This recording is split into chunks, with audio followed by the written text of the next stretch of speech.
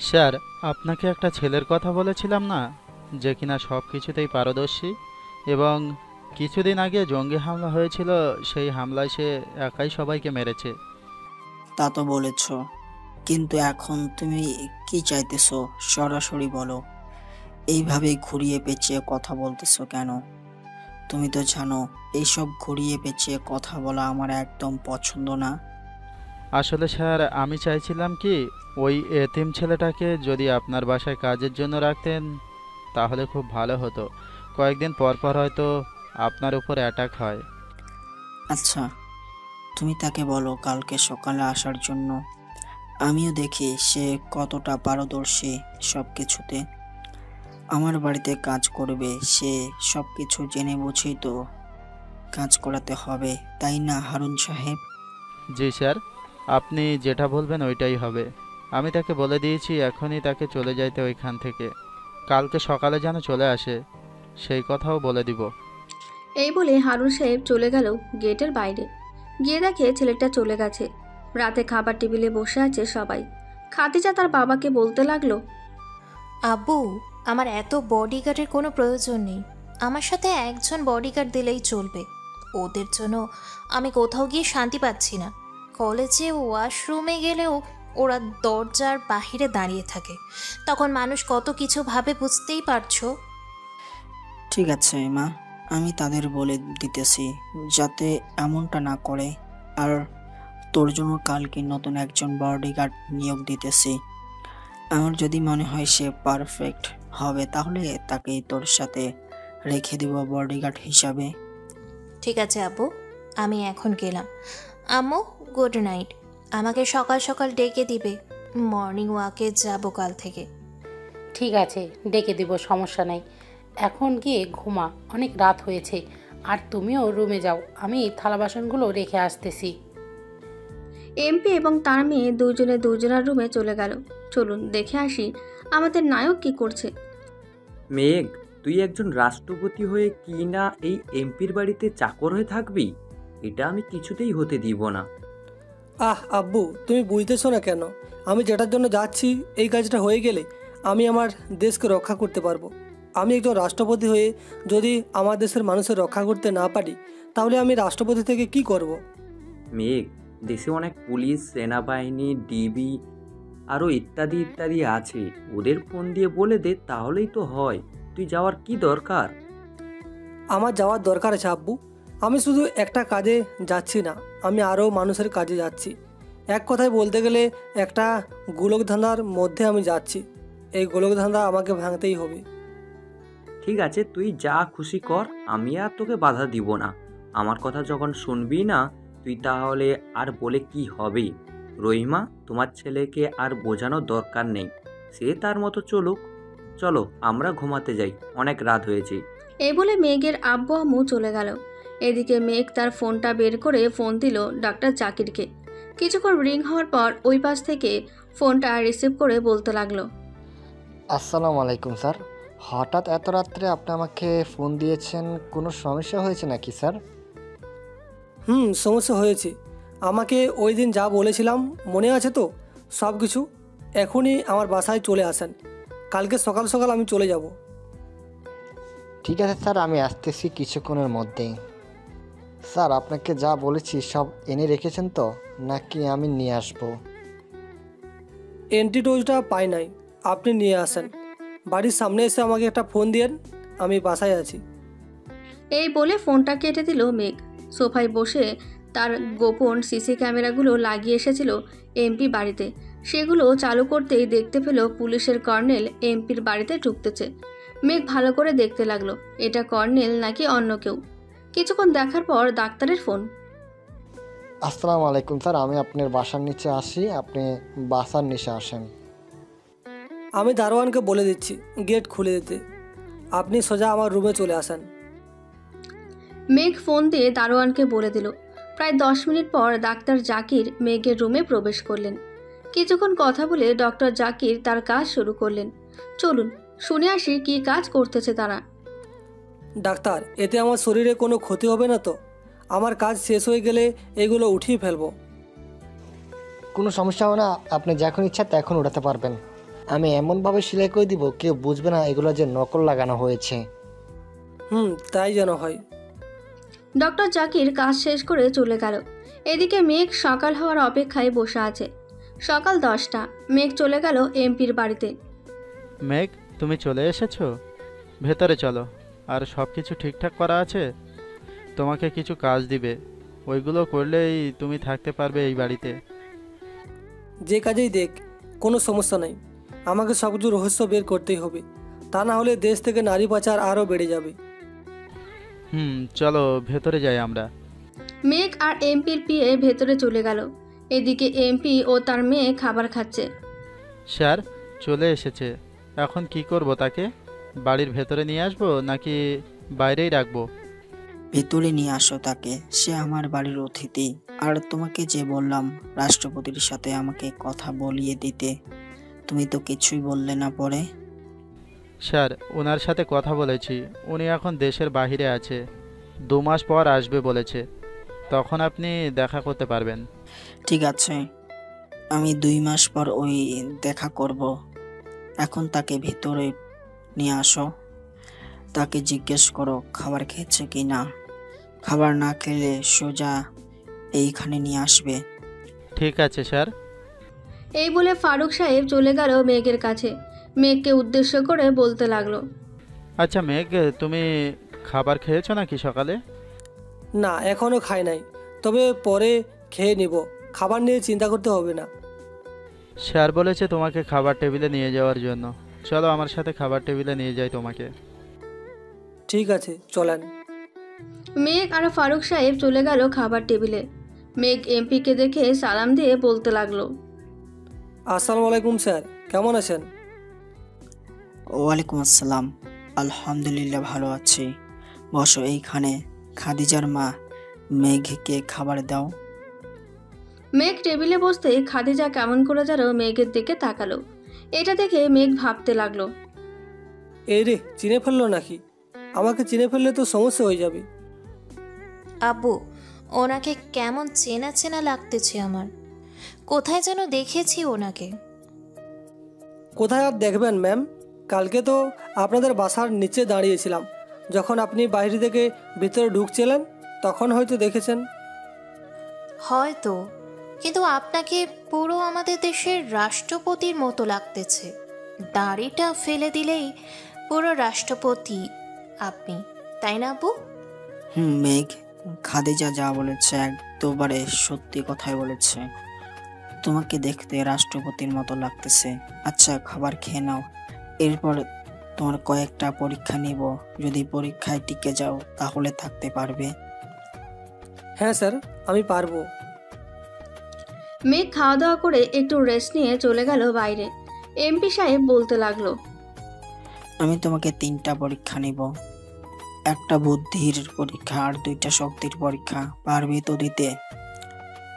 পারবো। এই যে বড় একটা তালা দেখতেছো, ওই তালাটার চাবি হারিয়ে গেছে। তোমার মাথা খাটিয়ে ওই তালাটা খুলতে হবে। এর জন্য তোমাকে 10 মিনিট সময় দেওয়া হবে। আচ্ছা স্যার, 10 মিনিট সময় দিলেই হবে, আমার এত বেশি সময় লাগবে না। এই বলে মেঘ চলে গেল তালাটার কাছে। ভালোভাবে তালাটা দেখতে লাগলো। কিছুক্ষণ পর তার পকেট থেকে একটা ক্লিপ দিয়ে তালাটা খুলে ফেললো। এটা দেখে এমপি কিছুটা অবাক হয়ে গেল, কারণ এই তালা আজ পর্যন্ত 100 জন পরীক্ষা দিয়েছে, কিন্তু কেউ খুলতে পারেনি। বা মেঘ, বা আজ পর্যন্ত 100 জন এই তালাটা খোলার ট্রাই করেছে কিন্তু পারে নাই, আর তুমি কিনা 10 মিনিটের মধ্যেই খুলে ফেললে। স্যার, আর কি কি করতে হবে বলেন, আমি এখনই করে দিতেছি। আমার মেয়ের গালে এমনভাবে একটা চড় মারতে হবে যাতে সে একটু ব্যথা না পায় এবং গালে কোনো দাগ না থাকে। কিন্তু স্যার, আপনি আপনার মেয়েকে মারার জন্য বলতেছেন? আপনার মেয়েকে মারলে আপনি তো কষ্ট পাবেন। আমি এই কাজ করতে পারবো না, অন্য কাজ দেন। তুমি এই কাজে ফার্স্ট হয়েছ, শেষ কাজ হচ্ছে মানুষ যা যা বলবো তাই করতে হবে তোমাকে। ধরো কাউকে খুন করতে বলি, তাহলে তাকে খুন করতে হবে। যদি আমাকে পুলিশ ধরে নিয়ে যায় তখন কি হবে? আমি তো এতিম। আমাকে ওরা ফাঁসিতে ঝুলিয়ে মৃত্যুদণ্ড দিলেও কবর দেওয়ার মতো মানুষ নেই। তোমাকে কেউ কিছুই করতে পারবে না, আমি আছি তো। চলো এখন বাসার ভিতরে যাই, বাইরের সূর্যের আলো অনেক। মেঘ আর এমপি চলে গেল ভেতরে। দুইজন সোফায় বসে আছে। এমন সময় খাদিজা বলতে লাগলো, আব্বু, তোমাকে যা বলেছিলাম মনে আছে তো? তাদের বলে দাও যাতে আমার সাথে আর না যায়, আমি একা যাব। তারা কেউ যাবে না মেঘ, তুমি খাদিজাকে কলেজে নিয়ে যাবে আর নিয়ে আসবে। যদি প্রয়োজন হয় তোমাকে ফোন দিব, তোমার ফোন নাম্বারটা দাও। স্যার, আমি তো ফোন চালাই না। একটা ফোন ছিল, ওইটা পানিতে পড়ে নষ্ট হয়ে গেছে। এরপর থেকে ফোন চালাই না। খাদিজা মা, কলেজ থেকে আসার সময় মেঘকে একটা ফোন কিনে দিস। বিকেলে আমি বাসায় এসে তোকে টাকা দিয়ে দিব। ঠিক আছে আব্বু, আপনি চলেন আমার সাথে। মেঘ কোনো কিছু না বলে চলে গেল গাড়িতে। ড্রাইভিং সিটে বসতেই খাদিজা অবাক হয়ে বলতে লাগলো, আপনি গাড়ি চালাতে পারেন নাকি? গাড়ি চালাতে পারি তো। কেন, কি হয়েছে? আমি কি গাড়ি চালানোর যোগ্য না? আরে তা না, আসলে আপনি আগে গাড়ি চালিয়েছেন নাকি চালান নাই এটা তো আর আমি জানি না। আচ্ছা, এখন তাড়াতাড়ি চলেন কলেজে। মেঘ গাড়িটা নিয়ে চলে গেল কলেজে। গেটের সামনে খাদিজাকে নামিয়ে দিয়ে গাড়িটা পার্কিং করে বসে রইল। প্রায় 3 ঘন্টা পর খাদিজা গাড়ির কাছে এসে বলতে লাগলো, এখন শপিং মলের দিকে চলেন, আপনার জন্য একটা ফোন কিনবো। আর এই নেন চকলেট খান। আমি চকলেট খাই না। কি বললি তুই? আমি যেটা দেই সেটা খেতেই হবে, তা না হলে লাথি মেরে গাড়ির ভিতর থেকে বাহিরে ফেলে দিব। ফেলে দিতে হবে না, খাচ্ছি খাচ্ছি। এই বলে মেঘ চকলেটটা নিয়ে খাচ্ছে আর গাড়ি চালাচ্ছে। কিছুক্ষণের মধ্যে চলে গেল শপিং মলে। মেঘের জন্য একটা ফোন কিনে নিল। এই দেখ, ফোনটা পছন্দ হয়েছে নাকি? পছন্দ না হলে আমার সাথে ভিতরে চল, তোর পছন্দ মতো কিনবি। থাক, এটাই চলবে। আমারও খুব পছন্দ হয়েছে। আর ধন্যবাদ আপনাকে, আমার জন্য আপনি কতটুকু কষ্ট করলেন। এখানে ধন্যবাদ দেওয়ার মতো কোনো কিছুই নেই, আব্বু বলেছে তাই কিনে দিয়েছি। মেঘ ড্রাইভ করে চলে গেল বাসায়। কলিং বেল দিতেই খাদিজার আম্মু এসে দরজা খুলে দিল। মেঘা, তোমার স্যার ছাদে আছে, তুমি আসলেই বলেছিল তোমাকে বলার জন্য যাতে ওপরে যাইতে। আচ্ছা আন্টি, আমি যাচ্ছি। এই বলে মেঘ চলে গেল ছাদে। গিয়ে দেখে কয়েকজন লোক এর সাথে বসে কি যেন কথা বলতেছে। মেঘকে দেখে এমপি সাহেব বলতে লাগলো, মেঘ আসো, তোমার জন্য অপেক্ষা করছিলাম। সামি ভাইয়ের নাম হচ্ছে মেঘ। দেখেন তো আমাদের রাষ্ট্রপতির মতো লাগতেছে কিনা ফেসটা। পুরো হুবহু রাষ্ট্রপতির মতো লাগছে। তা মেঘ, তোমার বাড়ি কোথায়? স্যার, আমার নিজস্ব বাড়ি বলতে কোনো কিছুই নেই। আমি বস্তিতে বড় হয়েছি একজন চাচার কাছে। ওই চাচাও কয়েকদিন আগে মারা গেছে। ও আচ্ছা, তোমাকে একটা কাজ করতে হবে। পারবে তো কাজটা করতে? যদি পারো তাহলে তোমাকে নিয়ে একটা জায়গায় যাব। এইখান থেকে আরও ভালো ভালো খাবার এবং দামি দামি গাড়ি চালাতে পারবে। তোমাকে কোনো কিছুই করতে হবে না, শুধু আমাদের কথা মতো চলতে হবে। আমাকে কি করতে হবে বলেন, আমি করে দিব। আগে বসো এখানে, এরপর সব কিছু বলতেছি তোমাকে। তোমাকে আমি রাষ্ট্রপতির আসনে বসাবো, কিন্তু একটা শর্ত আছে। এইখানে আমাদের কথা সব সময় শুনতে হবে। এই দিক সেই দিক করলে তোমাকে সোজা উপরে পাঠিয়ে দিব, মনে থাকবে তো? কিন্তু স্যার, আমাকে রাষ্ট্রপতির আসনে বসাবেন কি করে? আমার মতো তো দেখতে একজন রাষ্ট্রপতি আছে, তাহলে আমি বসবো কিভাবে? তোমাকে কিছু ভাবতে হবে না, আমি যা করার করে নিব। তোমাকে যা যা বলেছি তাই তাই করবে। তা না হলে বুঝতেই তো পারছো কি করতে পারি আমি। আচ্ছা স্যার, আপনারা যেটা বলবেন আমি ওইটাই করব। আর কোনো কিছু বলবেন নাকি আমি একটু ঘরে যাইতাম? না, আর কিছু বলবো না, তুমি তোমার রুমে যাও। আর একটা কথা মনে রাখবে, তোমাকে যাতে কখনোই না দেখি কোনো পুলিশ বা সেনাবাহিনীর অফিসারের সাথে এই কথাগুলো বলতে। আপনি পাগল হয়েছেন নাকি স্যার? আমি যদি তাদের কাছে বলে দিই তাহলে ওরা আপনাকে জেলে নিবে তো নিবেই, সাথে আমাকেও নেবে। এই বয়সে আমি জেল খাটতে চাই না। এই তো, তোমার মাথায় অনেক বুদ্ধি আছে। তুমি এক কাজ করো, এই নাও, এই ছবিটা রাখো, আর এই ছবিটার মতো সাইজ করে দাড়িগুলো কেটে ফেলো। কালকে বা পরের দিন তোমাকে রাষ্ট্রপতির আসনে বসাবো। আচ্ছা স্যার, আমি তাহলে এখন যাই, আবারও পরে কথা হবে আপনাদের সাথে। এই বলে মেঘ চলে গেল তার রুমে। দরজাটা লাগিয়ে দিয়ে তার আসল রূপে ফিরে এলো। বিকেল 5টা। এমন সময় মেঘের দরজার ওই পাশ থেকে খাদিজার মা ডাকতে লাগলো। মেঘ, তুমি ঘুমাইতেছো নাকি? না আন্টি, বলেন কি বলবেন। দরজাটা খুলতে খুলতে এই কথাটা বলল মেঘ। এদিকে খাদিজার মা মেঘের দিকে তাকিয়ে তো অবাক, কারণ মেঘকে এখন পুরো রাষ্ট্রপতির মতো লাগছে। আন্টি, আমার দিকে এইভাবে হাঁ করে কি দেখছেন? মেঘ, তোমাকে তো পুরো রাষ্ট্রপতির মতো লাগতেছে। কই গো খালিজার বাবা আর খালিজা, দেখে যা এইদিকে কি ঘটে গেছে। নিচ থেকে খাদিজা এবং এমপি সাহেব ওপরে এসে মেঘকে দেখে পুরোই অবাক। এদিকে এমপি সাহেবের চোখে মুখে খুশির ছাপ দেখা যাচ্ছে। বা মেঘ, বা এটাই তো চাইছিলাম আমি। আজ থেকে তুমি এই দেশের রাষ্ট্রপতি। আমি যা যা বলবো এখন থেকে তুমি তাই তাই করবে। ঠিক আছে স্যার, আপনি যেটা বলবেন আমি ওইটাই করব। তবে একটা কথা স্যার, আমাকে দিয়ে এমন কোনো কাজ করাবেন না যেটাতে আমাকে এবং আপনাকে জেলে যাইতে হয়। তোমাকে দিয়ে কোনো খারাপ কাজ করাবো না, দেশের ভালোর জন্যই কাজ করাবো, যাতে দেশের আরো উন্নতি হয়। খাদিজা, তুই তোর রুমে যা। এখানে দাঁড়িয়ে দাঁড়িয়ে আমাদের কথা কি শুনতেছিস? কিছু না। আচ্ছা, যাইতেছি। খাদিজা চলে গেল। এদিকে এমপি সাহেব মেঘকে সবকিছু বুঝিয়ে দিয়ে বলতে লাগলো। মেঘ, সব কিছু বুঝে গেছো তো?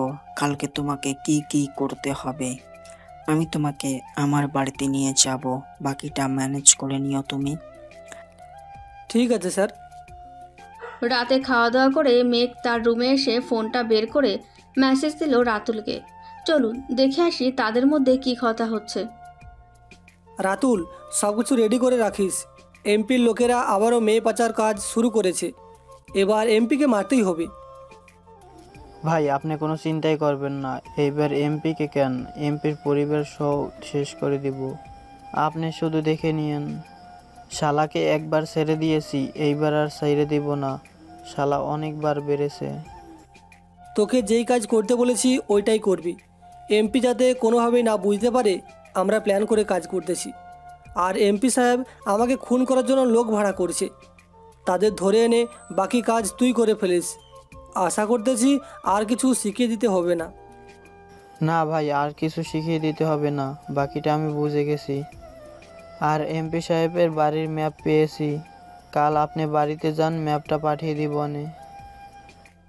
ওকে, রাখছি তাহলে, এখন অনেক রাত হয়েছে, ঘুমা। মেঘ ঘুমিয়ে গেল।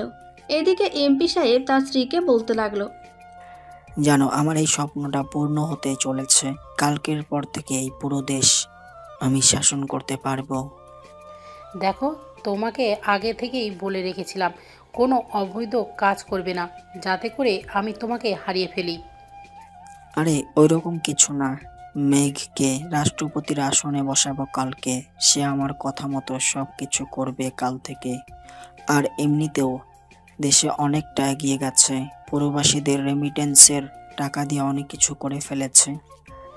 আজ পর্যন্ত রাষ্ট্রপতি একটা টাকাও নেয় নাই। আমাদের প্রতি মাসে মাসে হিসাব দেয়। আর একটা চ্যানেল আছে, কোথাকার কত টাকা খরচ হয়েছে, কোথায় কি হচ্ছে, সব কিছু ওইখানে বলে। ও আচ্ছা, সমস্যা নেই, আমিও না হয় দেখবো ওই ভিডিওগুলো। এখন ঘুমাও। এই বলে ওরাও ঘুমিয়ে গেল। সকালে মেঘের ঘুম ভেঙে গেল খাদিজার ডাকে। মেঘ ঘুম ঘুম চোখে দরজা খুলে বলতে লাগলো। আপনি তো দেখতেছি এখনো ঘুমাইতেছেন। আমাকে কলেজে নিয়ে যাবে কে? আমি একা একা কলেজে যাব নাকি? সেটা তো আমি জানি না। স্যার বলেছে আজকে আমি যাতে বাইরে না বের হই। তাই আপনি স্যারকে গিয়ে জিজ্ঞাসা করেন কাকে নিয়ে যাবেন আপনার সাথে। আপনি ফ্রেশ হয়ে আসেন, আপনাকেই নিয়ে যাব। আব্বু কিছু বলবে না। ঠিক আছে, আপনি নিচে গিয়ে বসেন 10 মিনিট, আমি ফ্রেশ হয়ে আসছি এখনই। এই বলে মেঘ চলে গেল ওয়াশরুমে। ফ্রেশ হয়ে চলে গেল নিচে, গিয়ে দেখে এমপি সাহেব এবং খাদিজা কথা বলতেছে। এটা দেখে মেঘ বলতে লাগলো, স্যার, ওনাকে কলেজে নিয়ে যাবে কি? আপনি তো আমাকে মানা করে দিয়েছেন বাইরে না যেতে। তুমি এক কাজ করো, খাদিজাকে কলেজে নামিয়ে দিয়ে আসো, বিকেলে গিয়ে আমি নিয়ে আসবো। কারণ এখন থেকে তো তুমি আর এই বাসায় থাকবে না, তাই না? স্যার। খাদিজা ম্যাম, চলেন এখন যাওয়া যাক।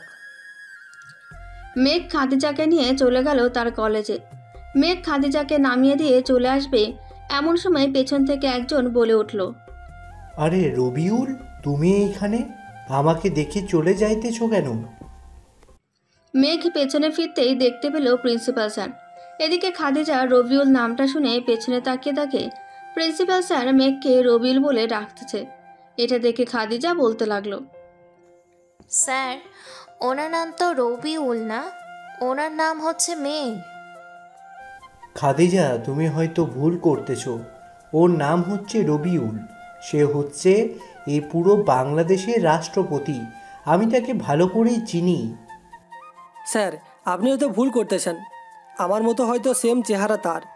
আপনি চাইলে আপনার স্টুডেন্টকে ফোন দিতে পারেন, দেখেন সে কি বলে। ওকে, ওয়েট, আমি এখনই ফোন দিতেছি রবিউলকে। এই বলে প্রিন্সিপাল স্যার ফোন দিল মেঘের বাবার কাছে। প্রায় কিছুক্ষণ রিং হওয়াতেই ওই পাশ থেকে মেঘের আব্বু ফোনটা রিসিভ করে বলতে লাগলো, আরে প্রিন্সিপাল স্যার জি, কেমন আছেন? আলহামদুলিল্লাহ, ভালো আছি। চৌধুরী সাহেব, আচ্ছা রবিউল কোথায় আছো এখন? রবিউল তো দেশের বাইরে গেছে আজকে সকালে। কেন, তাকে কি প্রয়োজন আমাকে বলেন, আমি মনে হয় প্রবলেম সলভ করে দিয়ে আসবো। না, কোনো সমস্যা না, এমনি ফোন দিয়েছিলাম। অনেক দিন হয়েছে তো, তার সাথে কোনো দেখা নেই, তাই আর কি।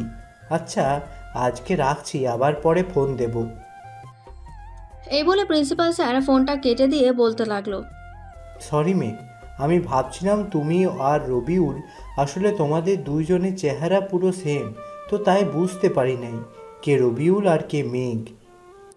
ঠিক আছে, সমস্যা নাই স্যার। খাদিজা ম্যাম, আপনি আপনার ক্লাসে যান, আপনার দেরি হয়ে যাচ্ছে। যাচ্ছি যাচ্ছি। খাদিজা চলে গেল।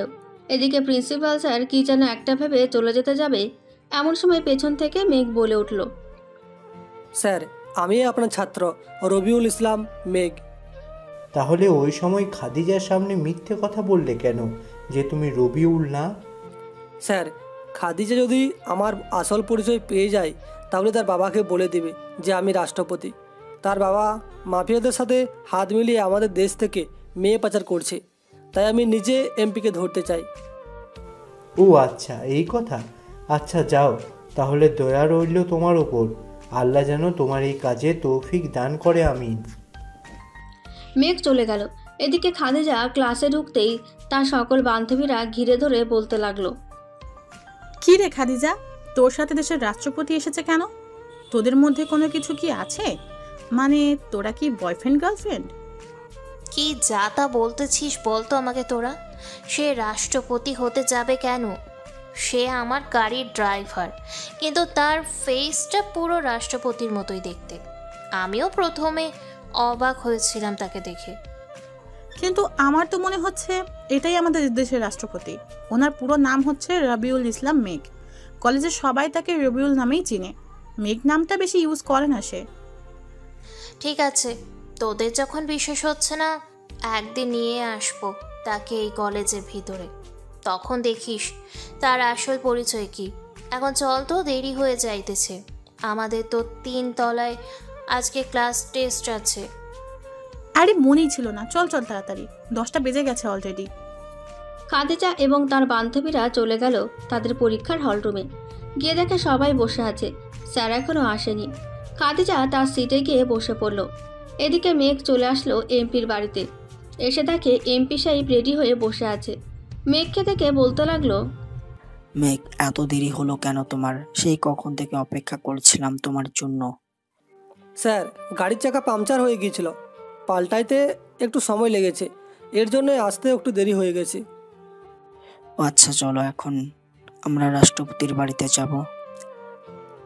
চলেন। মেঘ সবাইকে নিয়ে চলে গেল তার বাড়িতে। এদিকে মেঘের বাসার সকল লোক জানে যে এটাই তাদের ছেলে মেঘ।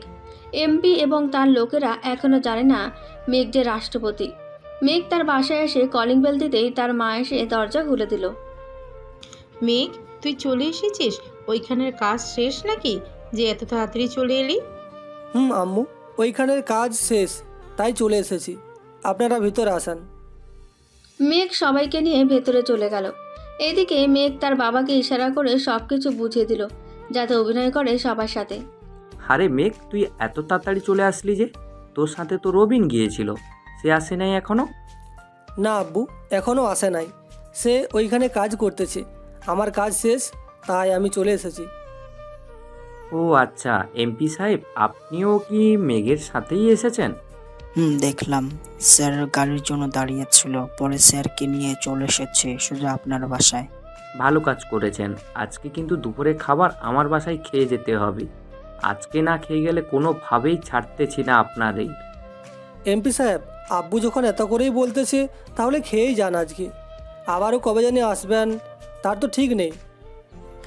স্যার, আপনি যখন এত করে বলতেছেন তাহলে তো খাওয়া দাওয়া করে যেতে হয়। খাওয়া দাওয়া করে এরপর যাবেন। আচ্ছা আব্বু, আমি রুমে যাচ্ছি, তোমরা কথা বলো। এই বলে যেই মেঘ উল্টো ঘুরে যেতে যাবে এমন সময় তার আব্বু বলতে লাগলো, কিরে, সব কিছু কি ভুলে গেছিস নাকি? দ্বিতীয় তলায় তোর রুম, রান্নাঘরের দিকে কোথায় যাইতেছিস? না মানে আব্বু, পানি খেতে যাচ্ছিলাম, তাই আর কি। রান্নাঘরে যাচ্ছি। ও আচ্ছা, যা তাহলে। মেঘ পানি খেয়ে চলে গেল তার রুমে। ফ্রেশ হয়ে বসে বসে ফোন টিপছে। এমন সময় এমপি সাহেব তার রুমে আসলো। মেঘকে ফোন টিপতে দেখে বলতে লাগলো, বাহ মেঘ, বাহ, তুমি তো দেখি আজকে অভিনয়টা খুব ভালো করেছো। এইভাবেই লেগে থাকো, আমি আছি তোমার পাশে। আজকে রাতে মেয়ে পাচার হবে, তুমি শুধু সেনাবাহিনীদের বলে দিবে যাতে ওইখানে না যাওয়ার জন্য। ঠিক আছে এমপি সাহেব, আপনি এটা নিয়ে কোনো চিন্তা করবেন না, আমি দেখে নিব সব কিছু। চলেন খাওয়া দাওয়া করে নিই, এবার তো আপনারা চলে যাবেন। চলো, আর সাবধানে থাকবে যাতে ওরা না বুঝতে পারে তুমি তাদের রবিউল না, তুমি আমাদের মেঘ। এটা কোনোভাবেই বুঝবে না। দেখেন নাই কেমন অভিনয়টা করেছি আজকে? ঠিক এইভাবেই অভিনয় করব প্রতিদিন, তাহলেই দেখবেন আর সন্দেহ করবে না। আর আপনি আমাদের বাসায় এত আসবেন না, আসলে বুঝে যাবে ওরা। ঠিক আছে, সেটা নিয়ে তোমাকে চিন্তা করতে হবে না, আমি এই বাড়িতে আসবো না বেশি। মেঘ সবাইকে নিয়ে খাওয়া দাওয়া করে বসে আছে। এমন সময় এমপি সাহেব বলে উঠল, আজকে তাহলে চাই আমরা চৌধুরী সাহেব, আবার আসবো অন্যদিন। আজকেই চলে যাবেন? থাকেন এইখানে কয়েকটা দিন। না চৌধুরী সাহেব, আমাদেরও তো কাজ আছে, বসে থাকলে চলবে না। এমপি সাহেব চলে গেল। এদিকে মেঘ তার বাবাকে সবকিছু বলতে লাগলো কি কি হয়েছে। মেঘের আব্বু শুনে তো পুরোই অবাক হয়ে গেছে। আজকে রাতে তো ওরা মেয়ে পাচার করবে, তখন তুই কি করবি? ওদের আটকাবি কি করে বল তো আমাকে? সেনাবাহিনী দিয়ে আটকানো যাবে না, ওদের অন্যভাবে আটকাতে হবে। এটা নিয়ে তুমি কোনো চিন্তা করো না, আমি সব কিছু দেখে নেব। ঠিক আছে, তুই গিয়ে এখন রেস্ট কর, রাতে তো আবার বাইরে যাবি। মেঘ চলে গেল তার রুমে।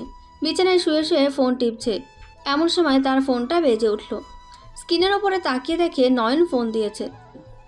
হ্যালো নয়ন, আজকে সব কিছু রেডি করে রাখিস, আর আমাদের কালো পোশাকগুলো আজকে লাগবে। এমপি আজকে রাতে মেয়ে পাচার করবে। সেটা তো বুঝলাম, কিন্তু কালো পোশাক নিব কেন? আমরা সরাসরি তাদের সাথে যুদ্ধ করব, তাহলেই তো হবে। আর ওরা তো আমাদের সাথে পেরে উঠবে না। আমি জানি ওরা আমাদের সাথে পারবে না। কালো পোশাকটা আমাদের জরুরি, কারণ এইখানে যদি আমরা কালো পোশাক পরে যাই তাহলে এমপি বুঝবে যে এটা কোনো গ্যাংস্টারের কাজ হবে। বুঝতে পারছি আপনি কি বলতে চাইছেন। আচ্ছা, আমি সকল কিছু রেডি করে রাখবো, তবে আমাদের দল থেকে কে কে যাবে একটু বলেন, তাদেরকেও বলি রেডি হয়ে থাকতে। আমাদের দল থেকে মোট 10 জন নিবি, যারা ভালো স্নাইপার চালাতে পারে এবং ভালো ফাইট করতে পারে। শত্রুপক্ষের শুধু একজনকে ছেড়ে দিতে হবে, যাতে সে এমপির কাছে খবর দিতে পারে তাদের সকল মেয়েদেরকে কারা যেন নিয়ে গেছে। ওকে ভাই, এখন রাখছি তাহলে। আপনি ঠিক 6টায় চলে আসবেন আমাদের আস্তানায়। এইখান থেকে না হয় আমরা চলে যাব। রাখছি তাহলে, এখন সন্ধ্যায় ফোন দিব তোকে। মেঘ ফোনটা রেখে ঘুমিয়ে গেল। বিকেল 5টা। এমন সময় মেঘের ফোন বেজে উঠল। তাকিয়ে দেখে নয়ন ফোন দিয়েছে আবার। কি রে, কি হয়েছে আবার এখন ফোন দিলি যে? ভাই, আপনার আসতে হবে না, আমরাই দেখে নিতে পারবো তাদের। আপনি বাসায় থাকেন। আমার যেতে হবে ওইখানে অন্য একটা কারণে, এটা তুই বুঝবি না। কেন যাব আমি? গাড়িটা নিয়ে চলে আয় তো আমাদের বাসার সামনে। ঠিক আছে ভাই, আসতেছি এখনই। নয়ন ফোনটা কেটে দিল। এদিকে মেঘ ফ্রেশ হয়ে হালকা পাতলা নাস্তা করে গাড়িতে উঠে গেল। প্রায় 30 মিনিট পর যেই জায়গা থেকে মেয়েগুলো পাচার হবে ওই জায়গায় মেঘ চলে গেল। গাড়ির ভেতরে বসে আছে। এমন সময় এমপি সাহেবের ফোন। মেঘ, তুমি সেনাবাহিনী এবং পুলিশদের বলে দিয়েছো নাকি যাতে আমাদের গাড়িগুলো না আটকে রাখে? স্যার, আমি বলে দিয়েছি ওরা আটকিয়ে রাখবে না। আপনি আসবেন নাকি গাড়ির সাথে? না, আমি যাব না। আমার পিয়ে যাবে টাকাগুলো নিয়ে আসার জন্য। ওইখান থেকে তোমাকে 10 লক্ষ টাকা দিয়ে আসবে। তুমি বাড়িতেই থাকো। আমি বাসায় আছি, কোথাও যাই নাই। আপনার পিয়ে আসুক, সমস্যা নাই। মেঘ আরও কিছুক্ষণ কথা বলে ফোনটা রেখে দিল। এদিকে মেঘের প্ল্যান মতো তার পুরো টিম কাজ করতে লাগলো। প্রায় রাত 11:45। এমন সময় কয়েকটা গাড়ি এসে মেঘদের সামনে থামলো। কি রে, ওরা তো এখনো আসে নাই। মেয়েগুলো নেবে না নাকি? এখানে যদি দেরি করি তাহলে তো যে কোনো সময় আমরা সেনাবাহিনীর হাতে মারা পড়ব। আরে আমাদের কিছুই হবে না। এমপি সাহেবের লোকই দেশের রাষ্ট্রপতি, আর সে বলে দিয়েছে যে এখানে সেনাবাহিনী বা পুলিশ কেউই আসবে না। আমরা নিশ্চিন্তে কাজ করতে পারবো। তোমরা সব মেয়ে নিয়ে এসেছো তো, নাকি আরো বাকি আছে আনার? সব নিয়ে এসেছি, আপনি যতটা বলেছেন। এখন আমাদের টাকাগুলো দিয়ে দেন, আমরা চলে যাইতেছি এইখান থেকে। আরে যাবে তো, এত তাড়াহুড়ো করলে হয় নাকি? একটু বসো, তোমাদের সাথে আমার কিছু কথা আছে। যদি তোমরা আমার কথা মানতে পারো তাহলে তোমাদের আলাদাভাবে টাকা দিব। বুঝলাম না আপনার কথা, কি বলতে চাইছেন? সব কিছু খুলে বলেন তো। তোমরা আমাকে মেয়ে এনে দিবে, আমি তোমাদেরকে টাকা দিব। প্রতিটি মেয়ের জন্য 50 লক্ষ টাকা করে দিব। আমাদের এনে দিতে পারবে তো? তাহলে আমাদের বসকে কি বলবো আমরা? উনি যদি জিজ্ঞেস করে আর মেয়ে নেওয়া হচ্ছে না কেন? সে কখনোই জিজ্ঞাসা করবে না। আমি ছাড়াও তার অন্য পার্টি আছে, সবার কাছ থেকে কম রাখে, আমার কাছ থেকে সব সময় টাকা বেশি রাখে, আর তোমাদেরকে কম টাকা দেয়। তার চাইতে তোমরা সবাই একটা টিম করে আলাদা হয়ে যাও, এতে তোমাদের জন্য ভালো হবে। এক রাতে কোটিপতি হয়ে যেতে পারবে। একটা বার ভেবে দেখো। কি রে সোহেল, কিছু তো বল, আমরা কি করব? এখন বসের কাছ থেকে চলে গিয়ে আমরা আমাদের নতুন গ্যাং তৈরি করব, নাকি বসের কাছেই থাকবো? আরমান, উনি যেটা বলেছে একদম ঠিক বলেছে। আমরা যদি বড়লোক হতে চাই তাহলে আমাদের বসের কাছ থেকে চলে আসতে হবে, তা না হলে আমরা কোনোভাবেই বড়লোক হতে পারবো না। তাহলে আপনার সাথে ডিল ফাইনাল। তবে আমাদেরকে এখন 1 কোটি টাকা অ্যাডভান্স দিয়ে যেতে হবে। যদি পারো তাহলে বলো, আর না পারলে যেতে পারো এই মেয়েগুলো নিয়ে। অবশ্যই দিতে পারবো, টাকার কোনো কমতি নেই আমার কাছে। এই নাও তোমাদের 1 কোটি টাকা, আর এইটা তোমাদের বসের 90 কোটি টাকা।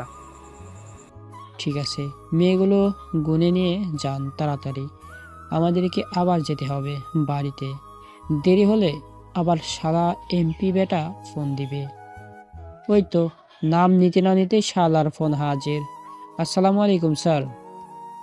ওয়ালাইকুম আসসালাম। সব কিছু ঠিকঠাক আছে তো নাকি ওইখানে? স্যার, সব কিছু ঠিকঠাক আছে। আচ্ছা, আপনাকে পরে ফোন দিতেছি, এখন কাজ করব। ঠিক আছে। এমপি সাহেব ফোনটা কেটে দিল। এদিকে মেঘ তাদের পুরো টিম নিয়ে তাদের সামনে যেতেই ভয় পেয়ে গেল। ওরা মেঘদের দেখে আরমান বলতে লাগলো, এই কে আপনারা, আর এইখানে এসেছেন কেন? কি চাই এইখানে? শালা, তোর মুন্ডুটা চাই আমার। দিবি নাকি তোর মুন্ডুটা? এই নয়ন, ওদের ধর তো। মেঘের কথা শুনে নয়ন এবং তার ছেলেপেলেরা মিলে সবাইকে বেঁধে রেখে দিল। এদিকে মেঘ ভারতের মাফিয়ার সামনে এসে বলতে লাগলো, কি রে, আমাদের দেশ থেকে মেয়ে নিয়ে যাবি? এতই শখ তাই না? আজকে তোর সব শখ পুরো মিটিয়ে দেব, মনে রাখিস। এই নয়ন, আমার ফার্স্ট এড বক্সটা নিয়ে আয় তো, সালাদের একটা শিক্ষা দিয়ে দিই। এই নেন ভাই, আগে থেকেই সব কিছু রেডি করে রেখেছি। কি কি করতে হবে বলেন, একবার বাকিটা আমি নিজেই করতেছি। মেঘ ফার্স্ট এড বক্সটা খুলে একটা ছুরি হাতে নিতেই ভারতের মাফিয়া ভয়ে আটকে উঠলেন আর বলতে লাগলেন, আমাকে ছেড়ে দেন, আমি আপনার 2 পায়ে পড়তেছি, প্লিজ আমাকে ছেড়ে দেন। বাছাধন, ছাড়ার জন্য তো ধরি নাই তোদের। নয়ন, ওর মুখটা খুলতো, ওর জিভটা কেটে কুকুরকে খাইয়ে দিই। মেঘের কথা মতো নয়ন ভারতের মাফিয়া কিংয়ের মুখটা খুলে দিতেই মেঘ লোহার একটা শিক গরম করে জিভাতে ঢুকিয়ে দিল। এদিকে ভারতের মাফিয়ার অবস্থা পুরোই টাইট। সে কি বলবে বুঝতে পারছে না, কোনো কথা নেই তার মুখে। ভারতের মাফিয়ার জিভাটা পুরোটা বের করে কেটে ফেলল।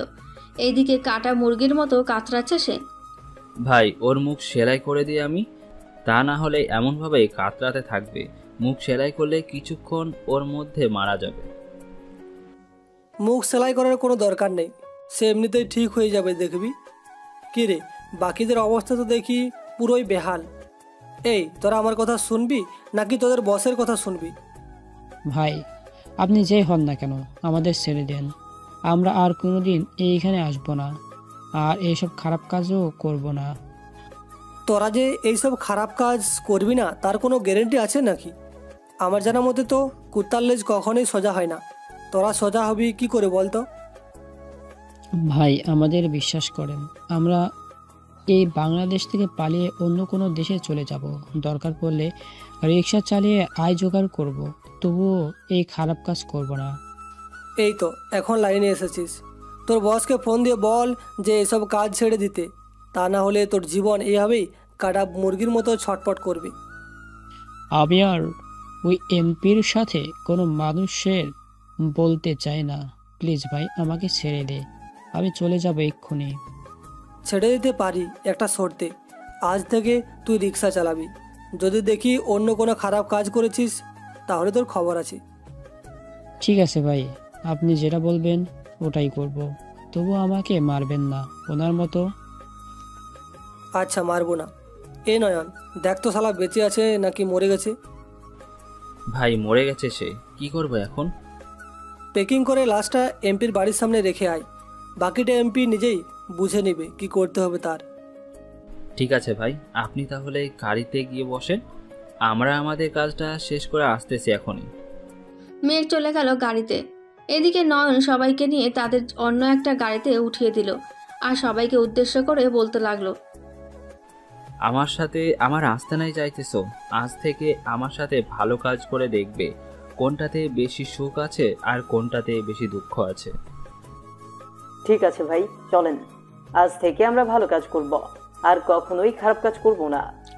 নয়ন তাদের কাজ শেষ করে চলে গেল আস্তানায়। এদিকে মেঘ তার রুমে ঢুকে ফ্রেশ হয়ে বসে আছে। এমন সময় এমপির ফোন।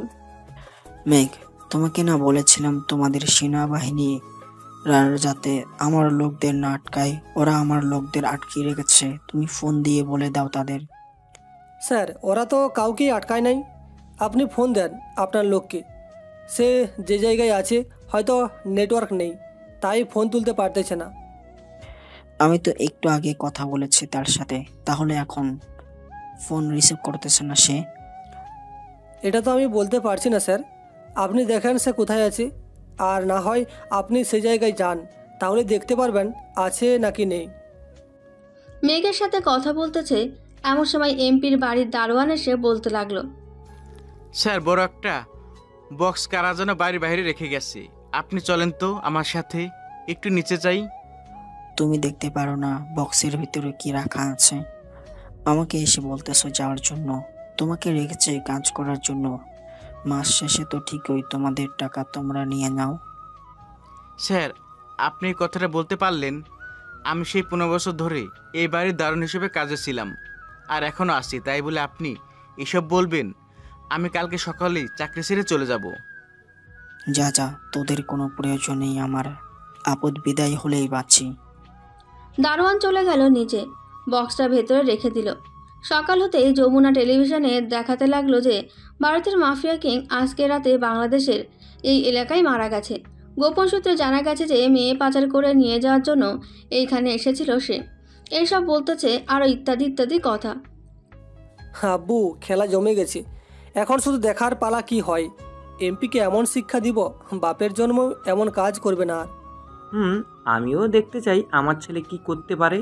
তবে তোর মা একটা কথা বলেছিল 2 দিন আগে, যদি অনুমতি দেস তাহলে বলবো। আমার কাছে অনুমতি চাওয়ার কি দরকার আছে, বলে ফেলো। আম্মু কি বলেছিল তোমাকে? তোর আম্মু বলেছিল তোর জন্য পাত্রী দেখতে। তোর যদি কোনো মেয়ে পছন্দ থাকে আমাকে বল, আমি তার বাবা মায়ের সাথে কথা বলে দেখি, তারা যদি চায় তাহলে তাদের মেয়েকে আমার বাড়ির পুত্রবধূ করে আনবো। আব্বু, একটা মেয়েকে তো পছন্দ হয়েছে, কিন্তু সে তো এমপির মেয়ে, সেও তো তার বাবার মতো এমন কাজ করতে পারে, তাই না? আগে সব খোঁজ খবর নিই, এরপর দেখা যাবে কি করা যায়। ঠিক আছে, তোর যেটা ভালো লাগে ওটাই কর। তোকে আর কিছুই বলবো না আমি। যেই দিন সব খোঁজ খবর পাবি ওই দিনই কাজী ডেকে বিয়ে করিয়ে দিব তোদের, হোক রাতে বা সকালে। ঠিক আছে আব্বু, আমি এখন রেস্ট করি, গিয়ে কাজ শেষ করে আসলাম মাত্র। মেঘ চলে গেল তার রুমে। ফ্রেশ হয়ে বিছানায় শুয়ে পড়তেই তার ফোনটা বেজে উঠল। তাকিয়ে দেখে এমপি সাহেব আবার ফোন দিয়েছে। কলটা রিসিভ করে বলতে লাগলো, মেঘ, তুমি কি কাউকে কিছু বলেছো যে আমাদের এমন এমন জায়গায় মেয়ে পাচার করতে যাবে? আমি বলতে যাব কেন স্যার? আমি তো কাউকে চিনিও না যে বলবো কাউকে। হঠাৎ এই কথা জিজ্ঞাসা করতেছেন কেন? হ্যাঁ স্যার, আমি তো কিছুই বুঝতে পারছি না। না মানে তুমি যদি বলে থাকো তাহলে তো আমার শত্রুর পক্ষের লোকেরা সব কিছু জেনে যাবে আমাদের মিশন কোথায় কোথায় হচ্ছে প্রতিদিন। না স্যার, আমি কাউকে কিছু বলি নাই। আপনি আমাকে বস্তি থেকে তুলে এনে এই রাষ্ট্রপতির আসনে বসিয়েছেন, এত বড় সুযোগ আমি মিস করি কীভাবে বলেন তো? জানো আজকে কত কোটি টাকা লস হয়েছে? আমার 90 কোটি টাকা লস হয়েছে। মেয়েগুলো থাকলেও আমি আবার বিক্রি করতে পারতাম তাদের, কিন্তু আমার কোনো লোকেদেরই খবর পাচ্ছি না, ওরা যে কোথায় গিয়ে লুকিয়ে আছে। চলে আসবে, চিন্তা করবেন না স্যার। আচ্ছা এখন রাখছি, যদি কিছু প্রয়োজন হয় আবার আমাকে ফোন দিবেন। এই বলে মেঘ ফোনটা কেটে দিয়ে ঘুমিয়ে গেল। বিকেল 5টায় ঘুম ভাঙলো খাদিজার ডাকে।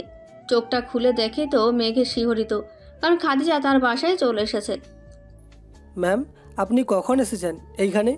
আর আসার সময় আমাকে ফোন দেন নাই কেন? ফোন দিয়ে আসলে তো আমি নিয়ে আসতাম আপনাকে। প্রায় 100+ ফোন দিয়েছি তোকে, ফোনটার দিকে তাকিয়ে দেখ তো।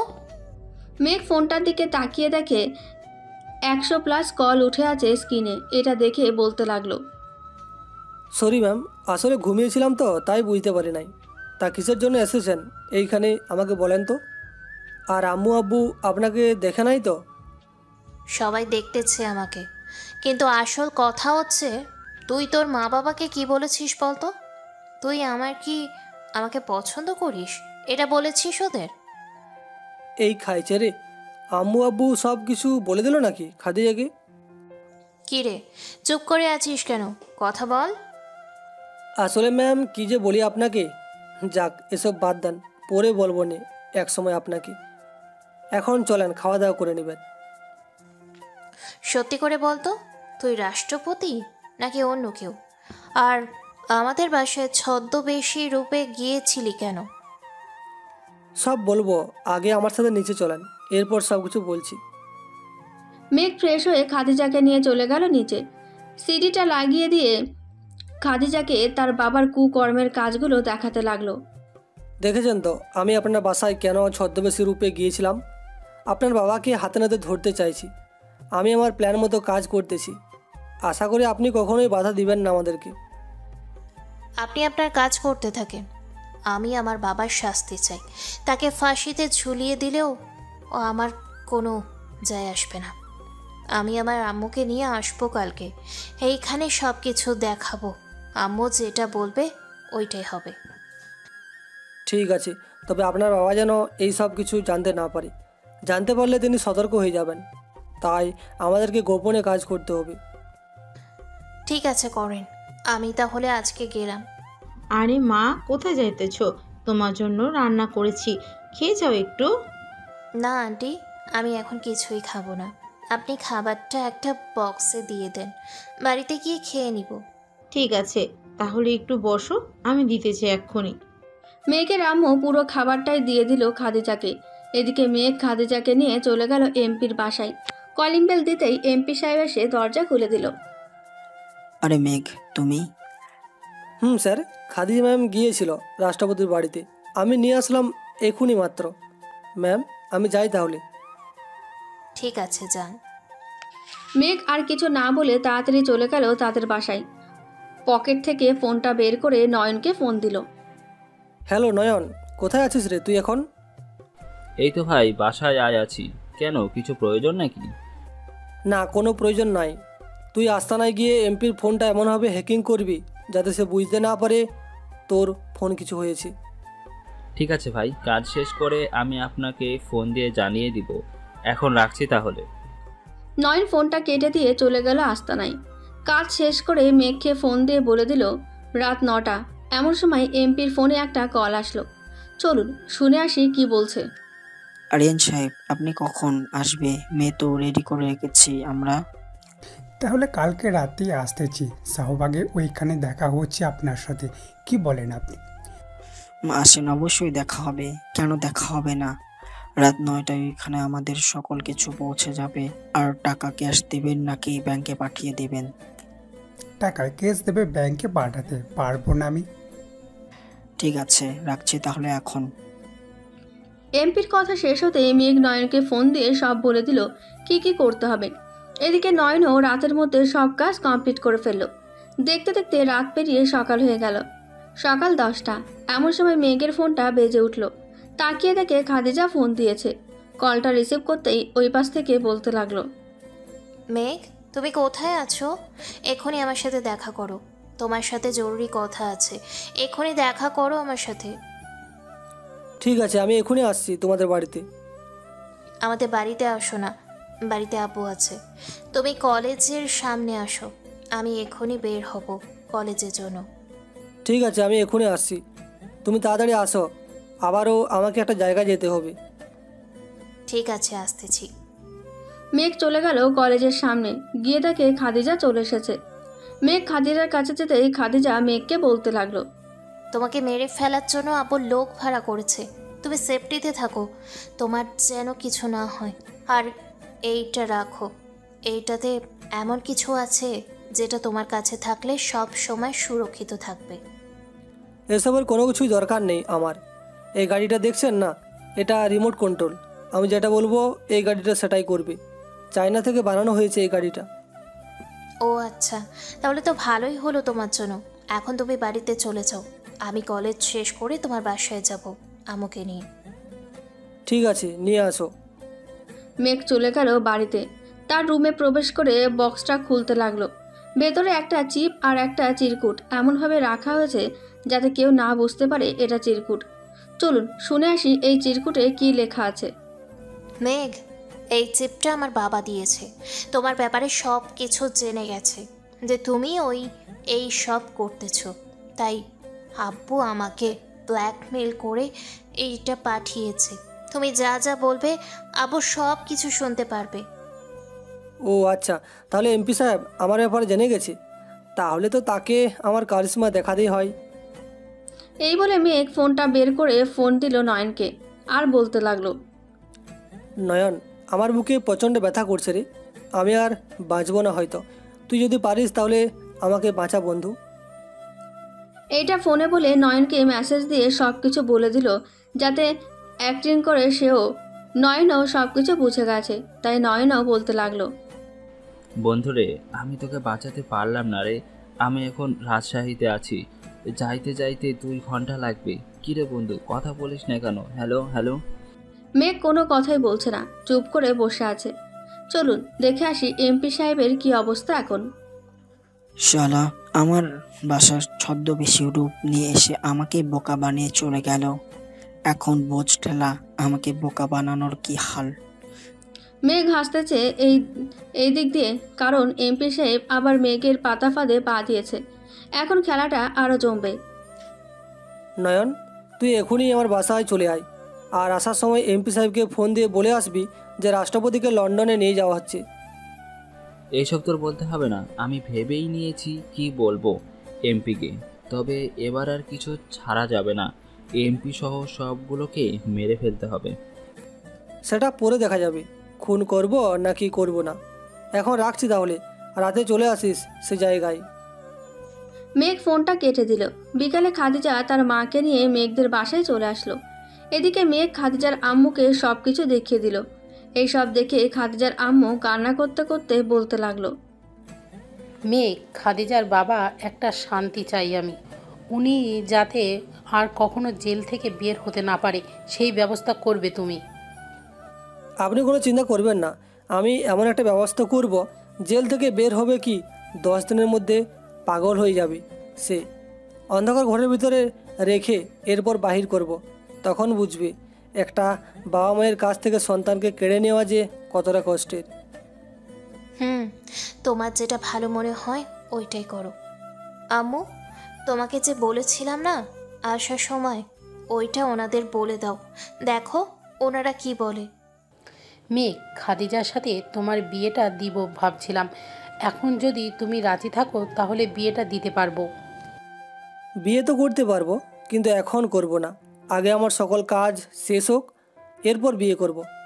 আচ্ছা, আমি এখন বাইরে যাচ্ছি, আম্মু রাতে বাসায় নাও ফিরতে পারি। ঠিক আছে, যা, সাবধানে থাকিস তুই। ঠিক আছে। মেঘ চলে গেল তাদের রাস্তা নাই। গিয়ে দেখে যে তার সকল লোকেরা বসে আছে। এটা দেখে মেঘ তাদেরকে উদ্দেশ্য করে বলতে লাগলো, সবাই শুনো, তোমাদের সাথে বিভিন্ন জায়গায় পাঠানো হবে 10 জন 10 জন করে। তোমরা সবাই পারবে না নাকি মিশন কমপ্লিট করতে? ইনশাল্লাহ পারবো স্যার, আপনি যেটা বলবেন ওইটাই হবে। আমরা মিশন কমপ্লিট করতে পারবো। কোথায় কোথায় যেতে হবে আমাদেরকে বলে দেন। আমি নয়নকে সব কিছু বলে দেবো, তোমরা সেই জায়গাগুলোতে চলে যাবে। ওইখানে আমাদের গুপ্তচর আছে, ওরা তোমাদের বাকি ইনফরমেশানগুলো দিয়ে দেবে। ঠিক আছে স্যার, আজকে রাতে মিশন শেষ করে কালকে সবাই আমরা রওনা দিয়ে দিব, যাতে করে ওইখানের মিশনটা তাড়াতাড়ি শেষ করে চলে আসতে পারি এইখানে তো কাজ নেই, তোমরা ওইখানেই থাকো, সমস্যা হবে না। আজকের মিশন শেষ হলেই আমাদের আরও 2 থেকে 3টা মিশন থাকবে এইখানে, আশা করতেছি। আচ্ছা মেঘ, তুই একটু রেস্ট কর, আবার তো যেতেই হবে ওখানে। যেতে তো লাগবই। আচ্ছা, সবাই রেস্ট করো। মেঘ চলে গেল তার রুমে, বসে বসে ফোন টিপছে। এমন সময় তার ফোনে একটা মেসেজ আসলো। তাকিয়ে দেখে দুবাইয়ের মাফিয়া কিং মেসেজ দিয়েছে, মেঘ, আগামীকালকে আসতেছি তোমাদের দেশে এমপি সাহেবের সাথে দেখা করতে। সে নাকি মেয়ে পাচার করবে। ওনার কাছে মেয়ে পাচার করা হবে না, ওনার জীবন 2-3 দিন পর জেলখানায় হবে। ও আচ্ছা, এর জন্যই ও হয়তো আমাকে বলতেছে যত তাড়াতাড়ি সম্ভব মেয়েগুলো নিয়ে আসতে। আচ্ছা, সমস্যা নাই, আপনি আসেন। কালকে আসলে আমি আপনার সাথে ডিল ফাইনাল করতেছি। আপনি আসেন, আপনারও একটা ব্যবস্থা করব। তুমি কি আমাকে ভয় দেখাচ্ছ নাকি যে আমি গেলেই আমাকে মেরে ফেলবে তুমি? হয়তো মারতেও পারি, এটার কোনো গ্যারান্টি আছে নাকি? আপনাকে কেন, বিভিন্ন দেশের মাফিয়াদের যদি আমি মারতে পারি, আপনাকে মারতে পারবো না কেন, এটা বলেন তো? আমাকে মারা তো দূরের কথা, আমার কাছেই আসতে পারবে না। আমার কাছে আসতে গেলে তোকে আমার মতো 7 জনকে মেরে এরপর আসতে হবে আমার কাছে। ঠিক আছে, কালকে আসেন আপনি, আপনার ব্যবস্থা আমি একাই করছি। আপনার মতো 7 জন কেন, 100 জনও যদি নিয়ে আসেন, সাথে সাথে মেরে ফেলতে পারবো তাদের। ব্ল্যাক পাওয়ার সম্পর্কে জানেন না আপনি, আমার ব্যাপারে জেনে এরপর আসবেন। তোর বাপরে আমার জানা হয়ে গেছে আরও আগে। তুই রাষ্ট্রপতি হয়েছিলিস বলে এই না যে বাইরের দেশের মাফিয়াকে হুমকি দিবি। আমাকে মারতে আসলে দুবাইয়ের প্রেসিডেন্ট শেখকে মারতে হবে আগে। তুই কালকে আয়, আমার একটা ফোনেই যথেষ্ট। দুবাইয়ের প্রেসিডেন্ট শেখকে দেশে আনার জন্য আমি তোর বিচার করব না, তোর দেশের প্রেসিডেন্টই তোর বিচার করবি। ঠিক আছে, কালকেই দেখা হবে তোর সাথে। এখন বাই, আমি আমার সব কিছু নিয়ে আসতেছি। মেঘ দুবাইয়ের মাফিয়ার সাথে কথা বলে শেষ করে ফোন দিল দুবাই প্রেসিডেন্ট শেখকে। কিছুক্ষণ রিং হতেই ফোনটা রিসিভ করে বলতে লাগলো, হ্যালো মিস্টার মেঘ চৌধুরী ওরফে ব্ল্যাক পাওয়ার, আমাকে আজকে হঠাৎ স্মরণ করেছেন কেন? আপনাকে আমার প্রয়োজন। কালকে রাত 10টার মধ্যে আমার আস্তানায় আপনাকে দেখতে চাই। আপনি কালকের মধ্যে চলে আসবেন। ঠিক আছে ব্ল্যাক পাওয়ার, আমি কালকে চলে আসব, আপনি কোনো চিন্তা করবেন না। মেঘ ফোনটা কেটে রেডি হয়ে গেল। বাইরে যেতেই দেখতে পেল তার লোকেরা রেডি হয়ে বসে আছে। নয়নকে দেখে বলতে লাগলো, নয়ন, সব কিছু রেডি করে রাখিস। কালকে দুবাইয়ের মাফি কিং আসছে আমাদের সাথে যুদ্ধ করতে। আমাদের ব্ল্যাক পাওয়ারটা দেখাতে হবে কালকে রাতে। ভাই আপনি কোনো চিন্তা করবেন না, আমাদের লোকগুলো সেই খবর দিতেছি, তারা পুরো হাইনা টিম নিয়ে চলে আসবে। বেশি লাগবে না, 10 জন হলেই হবে। ঠিক আছে ভাই, আমি তাদের ফোন দিয়ে বলে দিতেছি সকাল সকাল চলে আসতে। বলে দে। মেঘ সবাইকে নিয়ে চলে গেল মিশনে। এসে তাকে শত্রুরা তাদের কাজ শুরু করে দিয়েছে। মেঘ পিস্তলে সাইলেন্সার লাগিয়ে গুলি করতে লাগলো।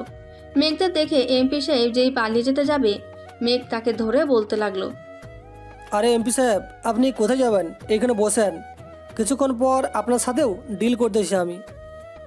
এই বলে মেঘ এমপির 2 পায়ে 2টো গুলি করে দিল। এমপির পা থেকে রক্ত পড়তেছে গড়গড়িয়ে। মেঘ তার কাজ করতে লাগলো। কিছুক্ষণের মধ্যে তার কাজ শেষ করে এমপির কাছে চলে আসলো। এই তুই কে? আমাকে মারলি কেন? আমাকে ছেড়ে দিয়ে বলতেছি, তা না হলে তোর এমন হাল করব কখনোই ভাবতে পারবি না তুই। ব্ল্যাক পাওয়ারের ক্ষমতা তুই কিছুই জানিস না। আরে বেটা, তুই যেই দেশে থাকিস ওই দেশের রাষ্ট্রপতিকে তুই মারতে চাস? এই দেখ, চিনতে পারিস নাকি? মেঘ, তুই না মারা গিয়েছিলি, বেঁচে ফিরলি কি করে? আমাকে মারা এতটা সহজ না। তুই যে টাকাগুলো কামিয়ে রাজপ্রাসাদ নির্মাণ করেছিস, ওইটা কালকে শেষ করে ফেলবো, সেটাও তোর সামনে। প্লিজ মেঘ, এসব করিস না। আমি আমার জায়গা সম্পত্তি তোমার নামে লিখে দিব, তবুও তুই এই বাড়িটা ভাঙিস না। ঠিক আছে, এখনই লিখে দে, ভাঙবো না তাহলে। এই নে, লিখে দিলাম। মেঘের নামে সকল কিছু লিখে দিল। এমপিকে নিয়ে চলে গেল হাসপাতালে। ট্রিটমেন্ট করিয়ে তাকে কারাগারে বন্দি করে রেখে দিল। ভাই এখন কি করতে হবে? এখন তো তাদের ধরে ফেলেছে, আমাদের তো আর কোনো কিছু করা লাগবে না। কালকে শেষ মিশন, আমাদের এটা সবাইকে করতে হবে। আর তোকে যা যা বলেছি সব কিছু করে রাখিস। আমি এখন বাসায় চলে যাচ্ছি। ঠিক আছে, যান আপনি। মেঘ চলে গেল বাসায়। কলিং বেল দিতেই তার মা এসে দরজা খুলে দিল। তার মাকে এত রাত জেগে থাকতে দেখে বলতে লাগলো, আম্মু, তুমি ঘুমাও নাই নাকি? ঘুমিয়েছিলাম। গাড়ির হর্নের শব্দ পেয়ে ঘুমটা ভেঙে গেছে। পরে বেলকনিতে গিয়ে দেখি যে তুই এসেছিস, তাই দরজা খুলতে আসলাম। ও আচ্ছা, যাও এখন ঘুমিয়ে পড়ো, আমিও ঘুমাতে যাই। ঠিক আছে, যা। আর তোর রুমে খাবার রাখা আছে, খেয়ে এরপরে ঘুমাস। মেঘ চলে গেল তার রুমে। ফ্রেশ হয়ে খাওয়া দাওয়া করে ঘুমিয়ে গেল। দেখতে দেখতে সকাল 11টা বেজে গেছে। এমন সময় খাদিজাটাকে ঘুমটা ভেঙে গেল মেঘের। এই ওঠো তাড়াতাড়ি, আব্বুকে খুঁজে পাওয়া যাচ্ছে না কাল রাত থেকে। তোমার আব্বু জেলে আছে, আমার হাতে ধরা পড়েছে কালকে রাতে। ও আচ্ছা, যাও ফ্রেশ হয়ে আসো। সবাই বসে আছে নিচে, তোমার অপেক্ষা করতেছে। মেঘ ফ্রেশ হয়ে কিছু কাগজপত্র নিয়ে চলে গেল। নিচে মেঘের হাতে কাগজপত্র দেখে জিজ্ঞেস করতে লাগলো, কিরে, এই কাগজপত্র কিসের? আর এইখানে এমপি সাহেবের নাম লেখা আছে কেন? কালকে সকল সম্পত্তি আমার নামে লিখে নিয়েছি। খাদিজা, এই নাও, এখন তোমার নামে লিখে দিলাম সকল সম্পত্তি। আমার নামে লিখে দিতে হবে না, আপনি এইটা সরকারের কাছে বা এতিমখানায় দান করে দেন, বা এই বাড়িটা ভাড়া দিয়ে দেন, যাতে 1টা বা 2টা এতিমখানা চলতে পারে। আমাদের যথেষ্ট টাকা আছে, আশা করি একটা বাড়ি ভাড়া দিয়ে ওই টাকায় এতিমখানা চলে না। ঠিক আছে, তাহলে আপনার যেটা ভালো লাগে এটাই করেন। আর আমাকে কবে বিয়ে করবেন এটা বলেন। এখনও শিওর দিয়ে বলতে পারছি না, তবে আজকে রাতটা যাক, এরপর বলবো। ঠিক আছে। মেঘ দুপুরে খাওয়া দাওয়া করে চলে গেল তাদের ডেরায়। গিয়ে দেখে দুবাইয়ের প্রেসিডেন্ট চলে এসেছে। হে মেঘ, কেমন আছো? আলহামদুলিল্লাহ, ভালো আছি। আপনি কেমন আছেন? আর এইখানে কোনো অসুবিধা হচ্ছে না তো আপনার? না, আমার কোনো অসুবিধা হচ্ছে না। সবুজ শ্যামলার দেশ খুব ভালো লাগে আমার। এই শুকনো মরুভূমিতে আর ভালো লাগে না। তাহলে চলে আসেন এইখানে। আসতে তো চাই, কিন্তু আমার পরিবার তো আছে ওইখানে, ওরা আসবে না তুমি যতই যাই বলো, কারণ ওরা এইখানে বড় হয়েছে, ও দেশের ছেড়ে আসতে চায় না। না আসলে তো আর কিছুই করার নেই আমার কাছে, তাই না? আচ্ছা, আমাকে এইখানে ডেকে এনেছো কেন? এটাই তো বুঝতে পারছি না। আমাকে সব কিছু খুলে বলো তো, কি হয়েছে এইখানে? এইখানে তেমন কিছুই হয় নাই। আপনার দেশের মাফিয়া কিং আমাদের দেশ থেকে মেয়ে নিয়ে যাওয়ার জন্য এসেছি। আজকে রাতে তার সাথে যুদ্ধ হবে, আমরা তাকে যুদ্ধে হারিয়ে দেব, আপনি তার বিচার করবেন। ঠিক আছে, আমি তার বিচার করব। তবে আমাকে ফোন দিয়ে বললেই তো হতো, আমি তাকে আমার দেশ থেকে বের করে দিতাম। বের করে দেওয়ার কোনো প্রয়োজন নেই, তার শাস্তি সে পাবে। আপনি তাকে শাস্তি দিবেন এটা বলে দিলাম। মেঘ কথা বলতে বলতে রাত হয়ে আসলো। 9টায় দুবাইয়ের মাফিয়া কিং এবং মেঘ সামনাসামনি দাঁড়িয়ে আছে। দুবাইয়ের মাফিয়া কিং বলতে লাগলো, মেঘ, তোকে এখনো বলতেছি, তুই আমার পথ থেকে সরে যা, আমাকে মেয়ে নিয়ে যেতে দে। আমি বেঁচে থাকতে মেয়ে কেন? তুই এই দেশ থেকে একটা সুতাও নিয়ে যেতে পারবি না, এই বলে দিলাম। এটা বলে মেঘ গুলি করতে লাগলো। প্রায় 6 ঘন্টা পর মেঘের টিম দুবাইয়ের সবাইকে মেরে ফেললো। শুধু বেঁচে আছে দুবাইয়ের মাফিয়া কিং। কী রে, তুই না বলেছিলি আমাকে তো শরীরে একটা আঁচড়ও দিতে পারবো না? এই দেখ কি দিয়েছি তোকে। এটা বলে মেঘ দুবাইয়ের মাফিয়ার পায়ে গুলি করে দিল আর বলতে লাগলো, এখন দেখেছিস তো আমার পাওয়ার কতটা। নয়ন, গাড়ি থেকে দুবাইয়ের শেখকে নিয়ে আয় এইখানে, তাকেও দেখিয়ে দিই। নয়ন চলে গেল। গাড়ির সামনে দুবাইয়ের প্রেসিডেন্টকে নিয়ে সোজা চলে আসলো মেঘের সামনে। এই দেখ তোদের দেশের প্রেসিডেন্টকে নিয়ে এসেছি, আপনি এখন এই কুত্তার বাচ্চার বিচার করেন।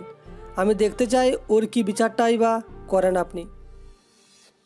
নয়ন, গাড়িতে গিয়ে দেখো আমার ব্যাগ আছে, ওই ব্যাগটা নিয়ে আসো তো, ওর বিচার আমি করতেছি।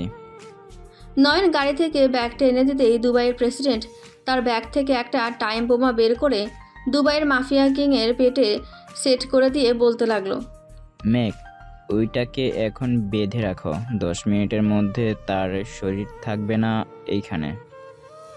নয়ন, বেঁধে সাইডে রেখে দে, আর পুলিশকে খবর দিয়ে দে যাতে এইখান থেকে লাশগুলো এসে নিয়ে যায়। ঠিক আছে, আমি এখনই খবর দিয়ে দিতেছি। আপনি শেখ হাসিবকে নিয়ে ডেরায় চলে যান, আপনাদের বিশ্রামের প্রয়োজন এখন। তোরা কাজ করে চলে আয়। মেঘ আর দুবাইয়ের প্রেসিডেন্ট চলে গেল তাদের ডেরায়। মেঘ ফ্রেশ হয়ে খাওয়া দাওয়া করে নিল। এদিকে মেঘ তার ফোনটা বের করে দেখে খাদিজা অনেকগুলো ফোন দিয়েছে। মেঘ খাদিজাকে ফোন দিতেই ওপাশ থেকে খাদিজা বলতে লাগলো, মেঘ, এখন কোথায় আছো তুমি? বাড়িতে চলে আসো, রাত তো অনেক হয়েছে, আর কত বাহিরে থাকবে? সকালবেলা আসবো বাড়িতে, তুমি এখন ঘুমিয়ে থাকো, কাজ করছি আমি। এই বলে মেঘ ফোনটা কেটে বিছানায় শুয়ে পড়ল। সকাল হতেই মেঘ সবাইকে সবকিছু বুঝিয়ে দিয়ে চলে গেল বিমানবন্দরে। দুবাইয়ের প্রেসিডেন্টকে বিদায় দিয়ে চলে আসলো বাসায়। কলিং বেল দিতেই খাদিজা এসে দরজা খুলে দিল। সারা রাত কোথায় ছিলেন আপনি? আর এখন কয়টা বাজে যে এখন বাসায় এসেছেন? আর বলবো না বউ, অনেক কাজ করেছি কালকে রাতে, চলো রুমে যাই। আর আম্মু আব্বুকে বলো যে রাতে আমাদের বাসায় কাজে রেখে আনার জন্য, তোমাকে বিয়ে করবো আজকে রাতেই। সত্যি বলতেছো নাকি মিথ্যে বলতেছো? সত্যি বলছি, আজকে রাতেই তোমাকে বিয়ে করব। এখন চলো ভিতরে যাই। এই বলে মেঘ ভেতরে চলে গেল। তার রুমে গিয়ে ফ্রেশ হয়ে নিচে আসতেই তার আব্বু বলতে লাগলো, কিরে, দুবাইয়ের মাফিয়া কিং নাকি বোম ব্লাস্টে মারা গেছে, খবর দেখাচ্ছে দেখলাম। আব্বু, দুবাইয়ের মাফিয়া কিংকে আমি নিজেই মেরেছি। আজকে রাতে আমাদের বিয়ে হবে, তুমি চাইলে রাতে কাজে রাখতে পারো। কোনো আয়োজন না করেই বিয়ে করে ফেলবি নাকি? অন্তত তোর কাছে বন্ধু বান্ধব আর আমাদের আত্মীয়দের খবর দিই। খবর দিয়ে দাও। আর আমি এখন ঘুমালাম, যদি কোনো কিছু কেনাকাটার দরকার হয় তাহলে রহিম চাচাকে নিয়ে চলে যেও। ঠিক আছে, তুই এখন গিয়ে ঘুমা, যা করা আমরাই করে নিতেছি। মেঘ চলে গেল তার রুমে। বিছানায় গা এলিয়ে দিতেই ঘুম চলে আসলো। বিকালে ঘুম ভাঙলো নয়নের ডাকে। ভাই ওঠেন, বিকাল হয়ে গেছে, বাড়িতে অনেক মেহমানও এসেছে, আপনাকে নিজে যেতে বলছে সবাই। উঠতেছি, তুই নিচেই যা, আমি ফ্রেশ হয়ে আসছি। এই বলে মেঘ ওয়াশরুমে চলে গেল। ফ্রেশ হয়ে নিচে আসতেই দেখতে পেলেও তাদের আত্মীয় স্বজনরা চলে এসেছে। মেঘ সবার নামে একজনকে খুঁজতেছে কিন্তু পাচ্ছে না। এটা দেখে পাশে বসে থাকা তার চাচাতো বোন বলতে লাগলো, ভাবি বিউটি পার্লারে গেছে সাজুগুজু করতে। আচ্ছা মেঘ, একটা কথা বলতো, আমি কি ওই মেয়ের থেকে কম সুন্দর ছিলাম যে আমাকে বিয়ে করতে পারলি না? দেখ সোনালিকা, তুই হচ্ছিস একটা পিচ্চি মেয়ে। তোর বয়স মাত্র 16 বছর, বিয়ের বয়সটাও হয় নাই তোর। এখন যদি তোকে বিয়ে করি তাহলে তো পুলিশ আমাকে ধরে নিয়ে যাবে, তাই না? বাল্যবিবাহ করার কারণে। ও আচ্ছা, একবার বিয়ে করেই দেখতি আমি পিচ্ছি কিনা। এইসব কথা বাদ দে তো, আগে বল সোহান কেমন আছে? তাকে তো দেখলাম না, আসে নাই নাকি বিয়েতে? বাহ, তুই তো দেখি সব দিক দিয়েই খেয়াল রাখিস। ভালো ভালো। সোহান কাজের জন্য দেশের বাইরে গেছে, চলে আসবে 10 দিন পর। মেঘ কথা বলতেছে এমন সময় নয়ন এসে মেঘকে নিয়ে চলে গেল তার রুমে। পাঞ্জাবি পায়জামা পরিয়ে দিয়ে বলতে লাগলো, এখন নিচে যা, কাজী সাহেব অপেক্ষা করছে। মেঘ আর কিছু না বলে চলে গেল নিচে। দেখতে দেখতে বিয়েটা হয়ে গেল। রাত প্রায় 12টা। মেঘ বাসর ঘরের সামনে দাঁড়িয়ে আল্লাহর নাম নিয়ে ভেতরে ঢুকে পড়ল। মেঘকে দেখে খাদিজা নিচে নেমে এসে মেঘের পা ধরে সালাম করতেই মেঘ খাদিজাকে উঠিয়ে বুকের সাথে জড়িয়ে ধরল। মিস খাদিজা, চলেন নামাজ আদায় করে নি এখন। চলো, অনেক রাতও হয়ে গেছে। মেঘ আর খাদিজা নামাজ আদায় করে নিল। এদিকে খাদিজা উঠে চলে গেল বিছানায়। মেঘ জায়নামাজগুলো ভাঁজ করে রেখে চলে আসলো খাদিজার কাছে। ঘোমটাটা উঠিয়ে বলতে লাগলো, মাস আল্লাহ, আমার বউটা তো দেখতে অনেক সুন্দর। এই বলে মেঘ খাদিজার কপালে চুমু দিতে লাগলো। খাদিজাও মেঘের ঠোঁট জোড়া কামড়ে ধরল। আস্তে আস্তে দুজনে সুখের সাগরে ডুব দিল। আজকের গল্পটা এই পর্যন্তই। আবারও দেখা হবে অন্য কোনো গল্পে। সবাই ভালো থাকবেন, সুস্থ থাকবেন। ধন্যবাদ।